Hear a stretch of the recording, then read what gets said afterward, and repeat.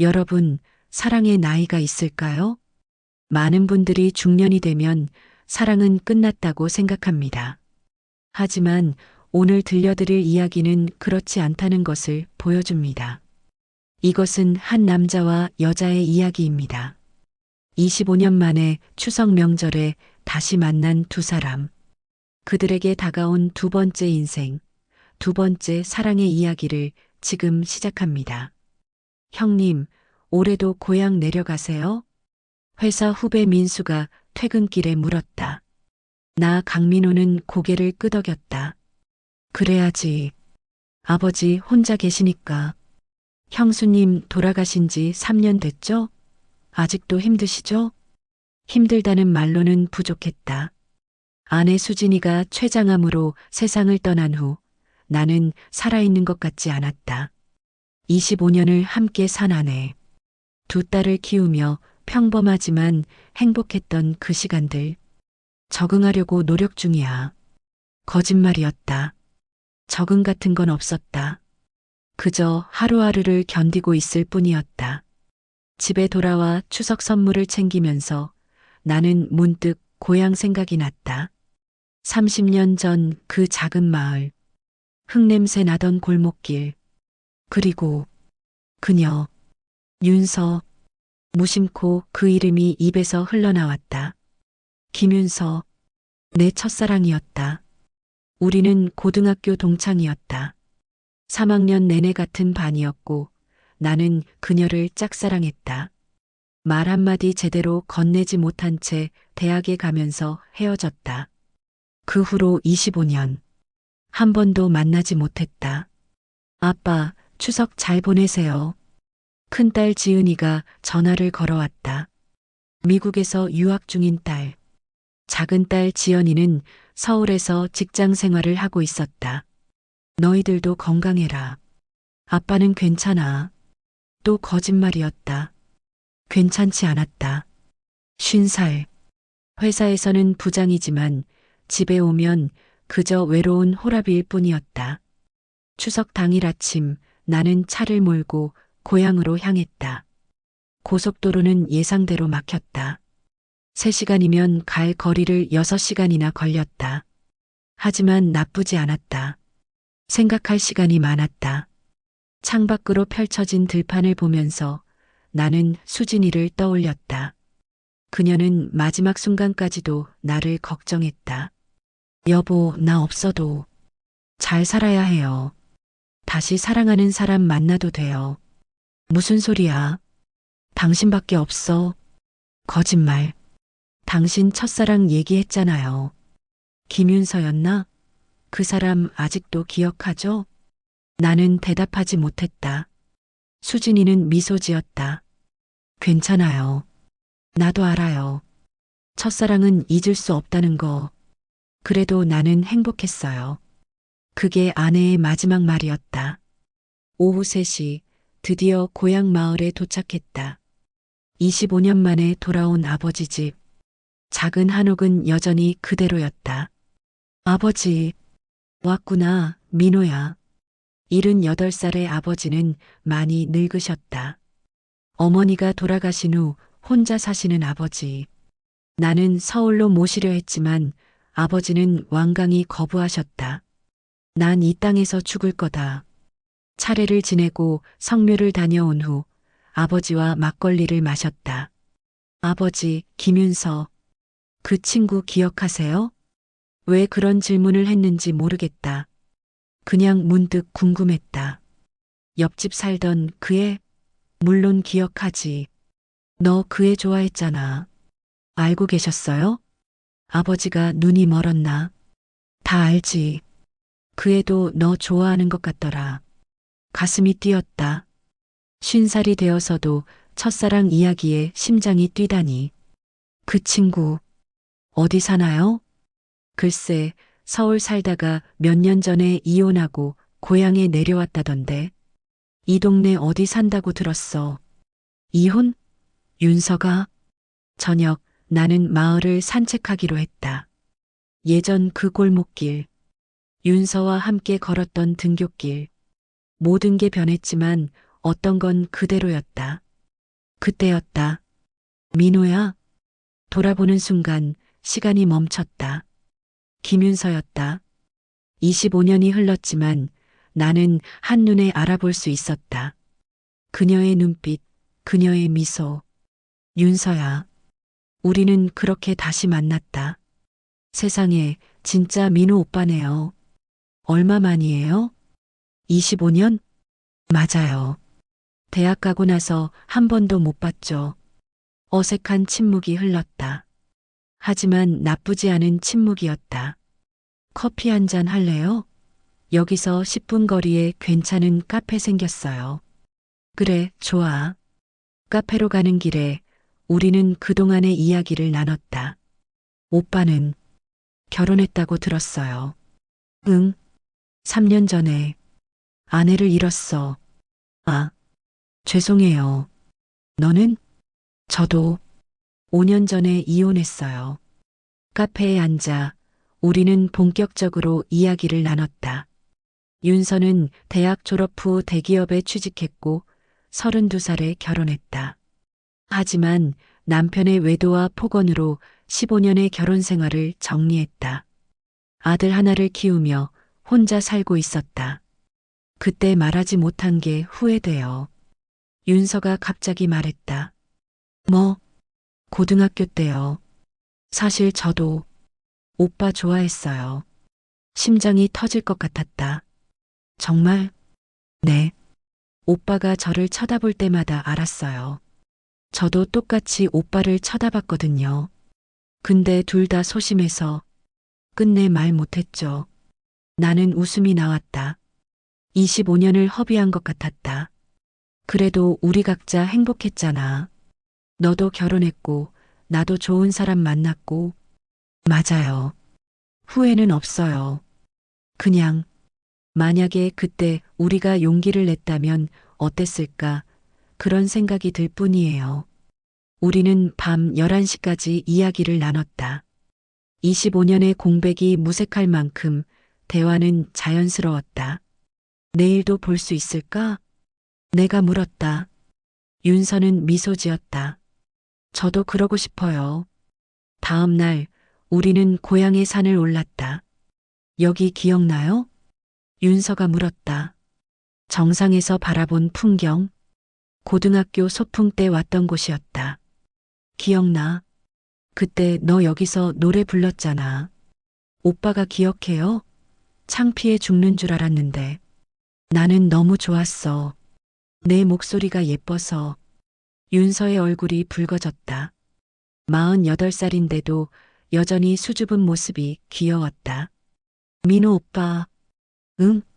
우리 어떻게 될까요? 진지한 질문이었다. 나도 같은 생각을 하고 있었다. 모르겠어. 솔직히 나도 혼란스러워. 저도요. 이런 감정이 올 줄 몰랐어요. 25년 만에 다시 만났는데 마치 어제 헤어진 것처럼 느껴져요. 나는 윤서의 손을 잡았다. 처음 잡아보는 그녀의 손. 따뜻했다. 우리 천천히 가보는 거 어때? 나도 아직 아내를 잊지 못했고 너도 상처가 있잖아. 네, 천천히요. 그게 좋을 것 같아요. 하지만 마음은 천천히 가지 않았다. 매일같이 우리는 만났다. 아침에 함께 커피를 마시고 점심에는 옛날 추억이 있는 장소들을 돌아다녔다. 저녁에는 강변을 산책했다. 이상해요. 50살 가까이 되어서 이런 기분을 느낄 줄은 몰랐어요. 윤서가 말했다. 나도 그래. 수진이 떠나고 나서 다시는 사랑 같은 걸 못 느낄 줄 알았어. 오빠 아내분, 좋은 사람이었나요? 응, 정말 좋은 사람이었어. 나보다 훨씬 좋은 사람이었지. 그분이 말했어요? 다시 사랑하는 사람 만나도 된다고. 나는 놀라서 윤서를 쳐다봤다. 어떻게 알았어? 그냥 느낌이요. 그런 분 같았어요. 오빠 이야기 들어보니까 윤서는 내 손을 꼭 잡았다.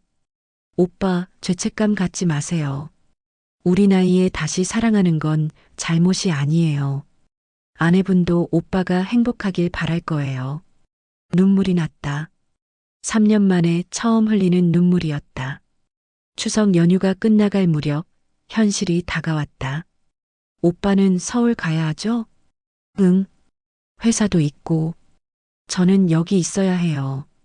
아들이 이 동네 학교 다니고 있어서 우리는 침묵했다.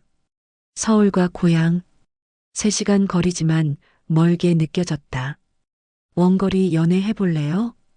윤서가 먼저 말했다. 50살에? 나이가 뭐 어때서요? 사랑의 나이가 어딨어요? 나는 웃었다. 그리고 윤서를 꼭 안았다. 그래, 해보자. 25년을 기다렸는데 3시간 거리쯤이야. 하지만 현실은 만만치 않았다. 서울로 돌아온 나는 회사 일로 정신이 없었다. 큰 프로젝트가 있었고 주말에도 출근해야 했다. 윤서를 만나러 가기 어려웠다. 윤서도 마찬가지였다. 아들 준호가 고3이라 신경 쓸 게 많았고 고향에서 운영하는 작은 카페 일도 바쁘다고 했다. 오빠, 이번 주도 못 올 것 같아요. 나도. 프로젝트 때문에 힘들 것 같아. 전화로만 이야기를 나누는 날들이 계속됐다. 1달이 지나고 2달이 지났다. 이게 맞는 걸까? 회의감이 들었다. 우리는 50살이다. 20대처럼 순수하게 사랑만 할 수 없는 나이다. 각자의 인생이 있고 책임이 있다. 민호 오빠, 어느 날 저녁 윤서가 전화했다. 우리 이렇게 계속 가는 게 맞는 걸까요? 똑같은 생각을 하고 있었다. 나도 그 생각했어. 너무 힘들어요. 오빠 목소리만 들으니까 더 보고 싶고 만날 수 없다는 게 괴로워요. 윤서야, 우리 그냥 좋은 추억으로 남기는 게 나을까요? 심장이 무너지는 것 같았다. 그게 내 진심이야? 긴 침묵이 흘렀다. 아니에요. 진심은 오빠 옆에 있고 싶어요. 매일 오빠 보고 싶어요. 근데 현실이 너무 버겁네요. 나는 결심했다. 윤서야, 나 다음 주에 내려갈게. 무슨 소리예요? 회사 일 있잖아요. 회사 일은 어떻게든 해결할게.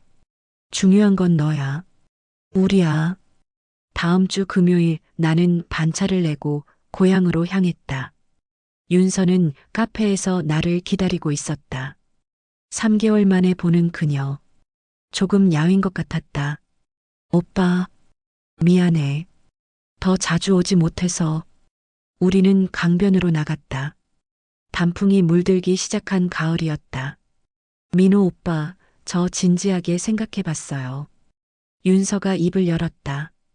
우리가 계속 만나려면 누군가는 결정을 내려야 해요. 제가 서울로 갈까요? 아니면 오빠가 여기로 올까요? 무거운 질문이었다.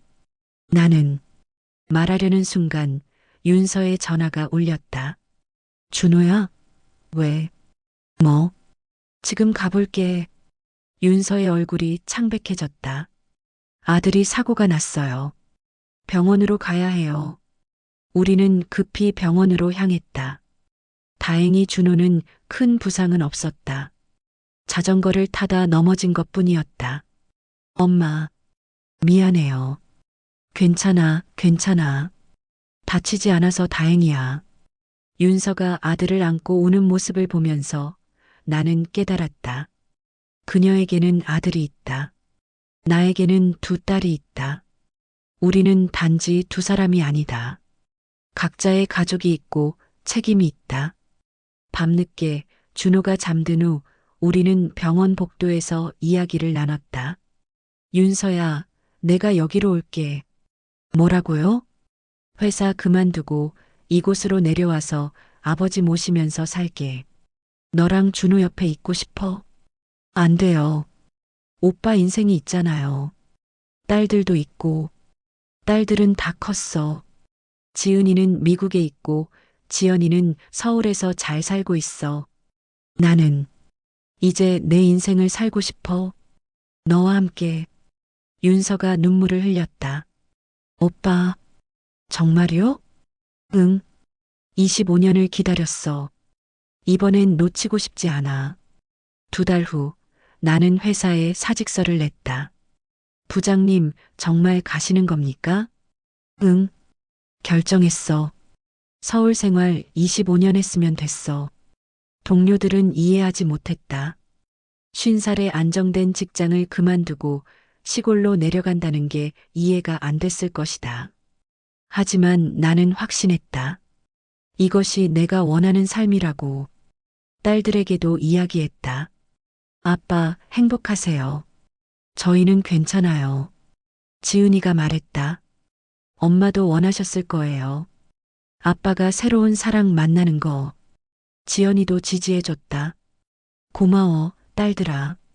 12월 나는 고향으로 완전히 이주했다.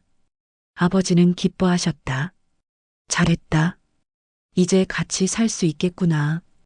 윤서의 카페에서 일을 도우며 나는 새로운 인생을 시작했다. 커피 내리는 법을 배우고 손님들을 맞이하고 윤서와 함께 하루를 보냈다. 오빠, 행복해요? 너무 행복해. 너는? 저도요. 이런 날이 올 줄 몰랐어요.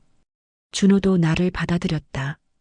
처음엔 어색했지만 시간이 지나면서 우리는 가까워졌다.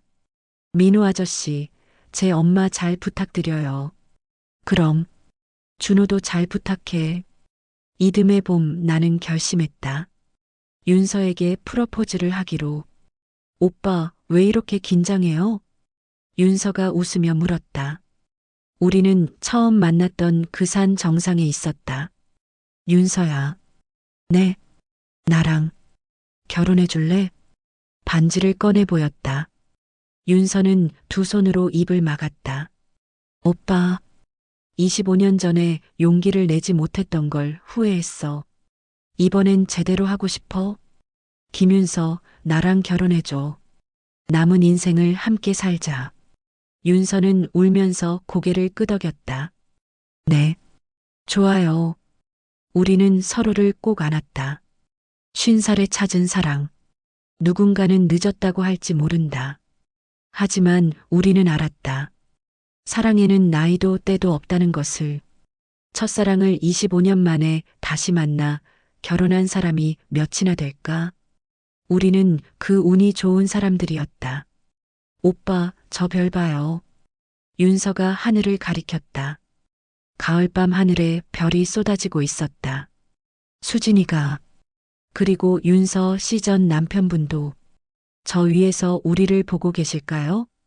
그럴 거예요. 그리고 축복해주고 계실 거예요. 그랬으면 좋겠어. 나는 하늘을 보며 생각했다. 수진아, 고마워. 나를 사랑해줘서, 그리고 다시 사랑할 수 있게 해줘서. 결혼 3년째 되던 해였다. 오빠, 오빠. 윤서가 화장실에서 뛰어나왔다. 손에 뭔가를 들고 있었다. 왜 그래? 무슨 일이야? 이거 봐요. 임신 테스트기였다. 그리고 거기에는 두 줄이 선명하게 나타나 있었다. 이게, 설마, 저, 임신한 것 같아요. 순간 세상이 멈췄다. 진짜? 진짜야? 병원 가봐야 정확히 알겠지만, 생리도 안 하고 입덧 증상도 있고, 나는 윤서를 꼭 안았다. 세상에, 50살에 아빠가 되는 거야? 저도 믿어지지 않아요. 50살에 엄마가 되다니. 병원에 가서 확인한 결과 정말 임신이었다. 8주차였다. 나이가 있으셔서 고령 임신이긴 하지만 건강하시니까 잘 관리하시면 괜찮을 거예요. 의사 선생님의 말에 우리는 눈물을 흘렸다. 오빠 무서워요. 근데 너무 기뻐요. 나도 그래. 걱정도 되지만 신이 주신 선물인 것 같아. 이 소식을 들은 가족들은 모두 놀랐다. 아빠, 진짜요? 축하해요. 지은이가 미국에서 전화했다. 언니나 동생 생기는 거예요? 지연이도 기뻐했다. 준호는 처음엔 어리둥절했지만 곧 웃으며 말했다. 저한테 동생이 생기는 거네요. 신기해요. 아버지는 가장 기뻐하셨다. 하늘이 주신 복이다. 늙음하게 손주를 또 볼 수 있게 되다니. 임신 9개월. 윤서의 배는 많이 불렀다. 50살의 임신은 쉽지 않았다. 입덧도 심했고 몸도 많이 힘들어했다. 오빠, 제가 잘할 수 있을까요? 당연하지. 넌 이미 준호 키웠잖아. 훌륭한 엄마야. 근데 그때는 30대였잖아요. 지금은 50이에요. 나이가 뭐 어때? 우리 함께 잘 키우면 돼. 어느 봄날 새벽 윤서가 진통을 느꼈다. 오빠, 아기가 나올 것 같아요. 지금, 지금. 우리는 급히 병원으로 향했다. 새벽 3시였다. 부인, 힘내세요. 조금만 더. 의사와 간호사들의 목소리가 들렸다. 으아. 윤서의 비명소리. 그리고 으앙, 으앙. 아기의 울음소리가 들렸다. 축하합니다. 건강한 딸입니다. 딸. 나는 눈물을 주체할 수 없었다. 52살에 다시 아빠가 되다니. 윤서야, 고생했어. 정말 고생했어. 오빠, 우리 딸, 우리 딸이에요. 윤서도 울면서 아기를 안았다.